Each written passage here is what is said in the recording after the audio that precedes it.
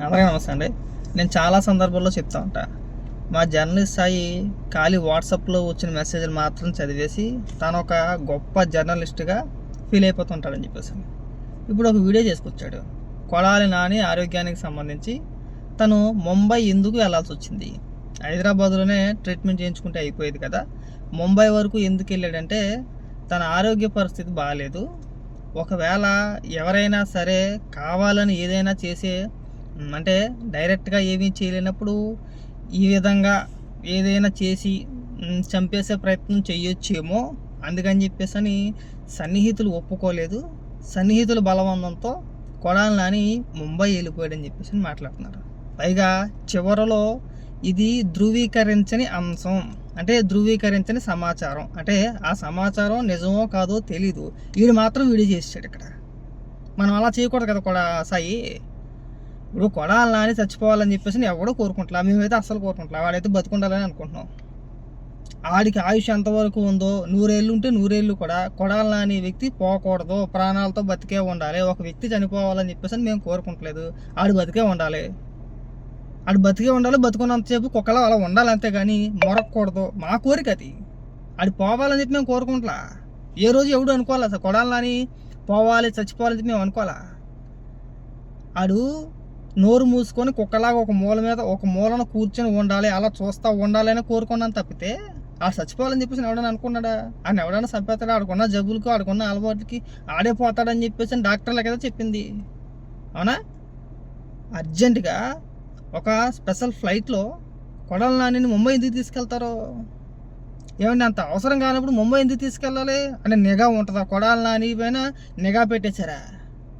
ఆడ హాస్పిటల్లో ఉండి మ్యానిపులేట్ చేసి డాక్టర్లని ఏదో రకంగా చేసి వాడిని చంపేస్తారా?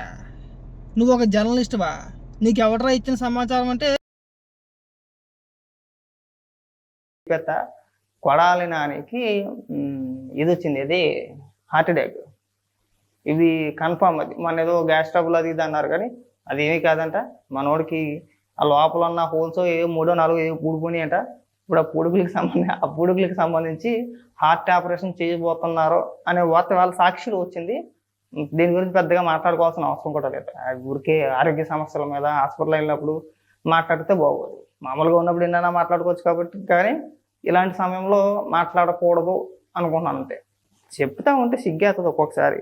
ఒక ముసలోడిని తీసుకొచ్చారు, పండు ముసలోడు, రాలిపోయే ఆకులా ఉంటాడు వాడు.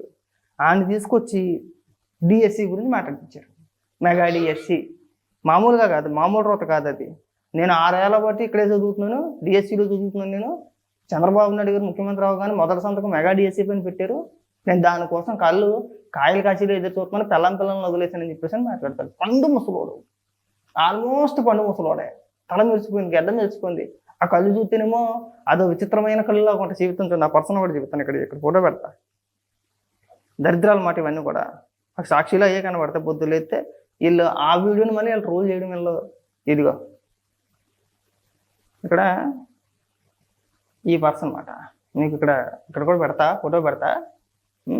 ఏం మాట్లాడుతున్నాడో ఒకసారి వినిపించండి. మామూలు ఆర్టిస్ట్ కాదు.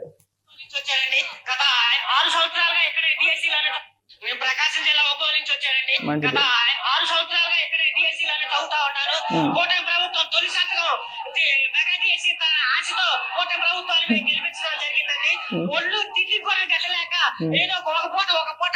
ఆరేళ్ల బట్టి అక్కడే ఉన్నాడు, 6 ఏళ్ల బట్టి అక్కడే దిగుతున్నాడంట.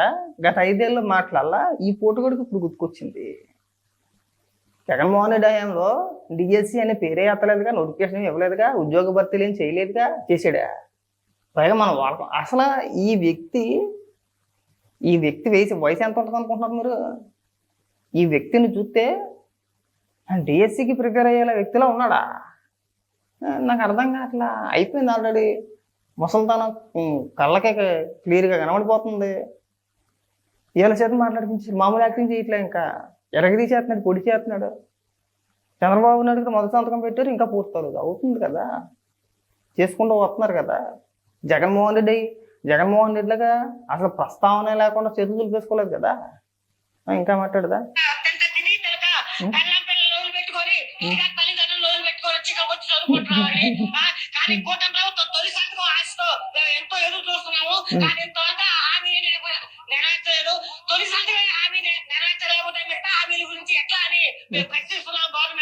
ఇప్పుడు మరి అదే మరి ఒకవేళ నిజంగా డిఎస్సి గురించి నువ్వు మాట్లాడుతున్నావు అనుకుంటే కనుక నువ్వు దాని గురించి ఆడాలా, అంతేనా? ఇచ్చిన అభ్యర్థుల గురించి బాగా అర్థం చేసుకొని కొంచెం ప్రభుత్వం వెంటనే నోటిఫికేషన్ రిలీజ్ చేయాలని గవర్నమెంట్ కి హృదయపూర్వకంగా విజ్ఞప్తి చేస్తున్నామండి. దయచేసి అర్థం చేసుకోండి. ఎంతో బాధపడుతున్నామండి. ఎన్ని సంవత్సరాల నుంచి 3 సంవత్సరాలు 5 సంవత్సరాల నుంచి ఇక్కడే ఉండి చదువుకుంటున్నామండి. ప్రభుత్వం దయచేసి గవర్నమెంట్ పెట్టాలా, మీరే ఆలోచించండి. మా యొక్క బాధలు మీరే ఆలోచించండి. మామూలు ఓవర్ యాక్షన్ చేయట్లేదు, ఓవర్ యాక్షన్ అతి ఓవర్ యాక్షన్ అనమాట.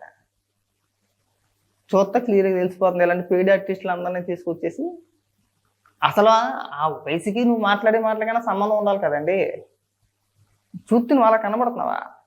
ఇంచుమించు దగ్గర ఒక 48 ఒక 50 ఏళ్ళు ఉంటాయి. వచ్చేసింది ఇప్పుడు మాట్లాడుతున్నాడు ఈ పోటీగాడు. ఏమన్నాను మిమ్మల్ని అసలు? ఒక్కొక్కసారి చూసినప్పుడు ఏమనిపిస్తుంది అంటే సరేలే అచ్చ మాటలు ప్రతిదానికి దేనికి మాట్లాడాలి అనిపిస్తుంది. ఒక్కొక్కసారి లేసాలో వీళ్ళు తీసుకొచ్చి ఆర్టిస్టుల చేత మాట్లాడించేసి వీళ్ళ హయాంలో అంటే జగన్మోహన్ రెడ్డి 5 ఏళ్ళు రాష్ట్రాన్ని పరిపాలించాడని చెప్పేసి మర్చిపోతారు. సాక్షిలో ఉన్న దరిద్రం అది ఒకటే.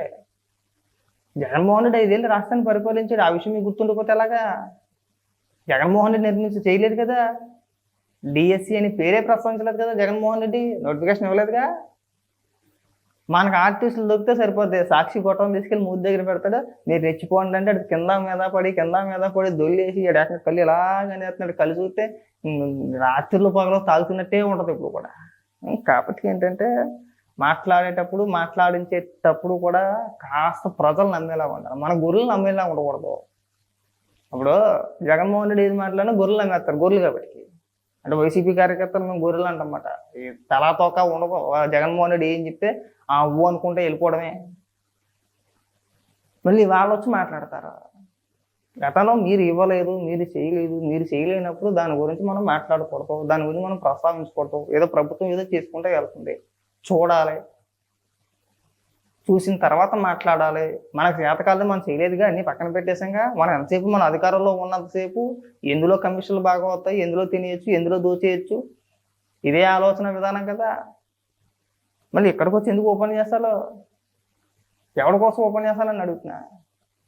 దయచేసి ఇలాంటి ఆర్టిస్టుల చేత జగన్మోహన్ రెడ్డి గారు మీరు విషం చిమ్మేసి ఈ పనికిమాల డ్రామాలని వేయించమాకండి.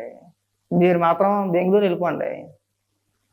మళ్ళీ వానాకాలం దాకా కనపడ్డా, ఎందుకంటే ఎండలు ఎక్కువగా ఉన్నాయి కదా, ఇలా కార్యక్రమాలు ఏం చేయరు. ఇంకా మళ్ళీ వానాకాలం కనపడతాడు. అలా ఉంటాయి. ఇదే వీడియోలో చెప్పేస్తా, కొడాలి నానికి ఇది వచ్చింది, ఇది హార్ట్ అటాక్. ఇది కన్ఫామ్. అది మన ఏదో గ్యాస్ ట్రబుల్ అది ఇది అన్నారు, కానీ అది ఏమీ కాదంట. మనోడికి ఆ లోపల ఉన్న హోల్స్ 3 4 పూడిపోయినాయి అంట. ఇప్పుడు ఆ పూడుకులకి సంబంధించి హార్ట్ ఆపరేషన్ చేయబోతున్నారు అనే వార్త వాళ్ళ సాక్షిలో వచ్చింది. దీని గురించి పెద్దగా మాట్లాడుకోవాల్సిన అవసరం కూడా లేదు. ఊరికే ఆరోగ్య సమస్యల మీద హాస్పిటల్ వెళ్ళినప్పుడు మాట్లాడితే బాగోదు. మామూలుగా ఉన్నప్పుడు ఏమైనా మాట్లాడుకోవచ్చు కాబట్టి, కానీ ఇలాంటి సమయంలో మాట్లాడకూడదు అనుకుంటున్నాను అంతే. విచిత్రం చూడండి, వైఎస్ఆర్సీపీ పార్టీ ట్విట్టర్ అకౌంట్ కానీ, ఫేస్బుక్ కానీ, వాళ్ళ సోషల్ మీడియా కానీ నేను గత 2-3 రోజులు బట్టి లిక్కర్ గురించి మాట్లాడుతున్నారు. వాళ్ళు చెప్పే విధానం ఎలా ఉంటుందంటే, ఈ బ్రాండ్లు ఏవైతే ఉన్నాయో, అంటే గత జగన్మోహన్ రెడ్డి హయాంలో వీళ్ళు అమ్మిన బ్రాండ్స్ ఉన్నాయి కదా, ఆ బ్రాండ్లు ఏవైతే ఉన్నాయో వాటన్నిటిని కూడా చంద్రబాబు నాయుడు గారే, అంటే వాటన్నిటికీ చంద్రబాబు నాయుడు గారే పర్మిషన్ ఇచ్చారు, మాకేమీ సంబంధం లేదు. తిరిగి ఏమని మాట్లాడతారంటే లిక్కర్లో చంద్రబాబు నాయుడు గారే తినేసారని మాట్లాడతారు. 2019 నుంచి 2024 వరకు అధికారంలో ఉండి లిక్కర్లో చంద్రబాబు నాయుడు గారు అవినీతి చేశారంట. మనం ఎందుకు యాక్షన్ తీసుకోలేదంటే దానికి సమాధానం చెప్పడం మానేసి వీళ్ళు ఏదో లాజిక్ చూడండి. సరే పోనీ మీరు అనుకున్నట్టే అనుకుందాం, చంద్రబాబు నాయుడు గారే అనుమతులు ఇచ్చారు, ఉన్న బ్రాండ్లు ఎవరు రద్దు చేశారు? ఇప్పుడు పాత బ్రాండ్లకి అనుమతులు ఎవరు రద్దు చేశారు, కొత్త బ్రాండ్లకి మీరు ఇవ్వలేదు అనుకుందాం. పోనీ పాత బ్రాండ్లు ఎందుకు తీసేసావు? డిజిటల్ పేమెంట్ ఎందుకు పెట్టలేదు? నీ మనుషుల చేత ఎందుకు అమ్మించేసావు? ప్రభుత్వం ఎందుకు అమ్మింది? మధ్యం లక్షల కోట్ల రూపాయలు ఆదాయం చూపించేసారు ప్రభుత్వానికి. ఏంటి కల్తీ మధ్య నమ్మేసి, అంటే ఎంతమంది పోయినా పర్వాలేదు, ఒక లక్షల కోట్ల రూపాయలు ఆదాయం వచ్చేసినట్టు ఒక మేధావి మాట్లాడతాడు. పేరు వద్దులే, అనవసరంగా పేర్లు ప్రసక్తి ఏడుతున్నారు దిక్మాస్ అంటారు. కానీ మాకు ఒక జర్నలిస్ట్ ఉన్నాడు, అది ఏమని మాట్లాడతాడంటే రాష్ట్రానికి 1,00,000 కోట్ల రూపాయల ఆదాయం వచ్చింది మద్యం మీద. మధ్య మీద 1,00,000 కోట్ల రూపాయల ఆదాయం వచ్చినప్పుడు అందులో అవినీతి చేసే ఆస్కారం ఉంటుందా అని మాట్లాడతాడు. ఏ లెక్కపత్రం మీద వస్తుందో నాకు అర్థం కాదు. ఒక డిజిటల్ పేమెంట్ లేదు, ఒక లెక్కపత్రం లేదు. 100 రూపాయలు ఉన్నదని 300 రూపాయలు కమ్మేసాడు. ఇక్కడ కనపడిపోవట్లేదా? ఇక్కడ కనపడుతుందా లేదా? పైగా ఏమన్నా అంటే 1,00,000 కోట్ల రూపాయల ఆదాయం, 1,00,000 కోట్ల రూపాయల ఆదాయం చూపించాడా? తినేసింది ఎంత? కనీసం మనం చెప్పడానికైనా సరే సిగ్గుండాలి కదా. మీరు ఏ విధంగా జర్నలిస్టులుగా సెలమని అయిపోతున్నారో మాకు ఇవాళ కూడా అర్థం కావట్లా.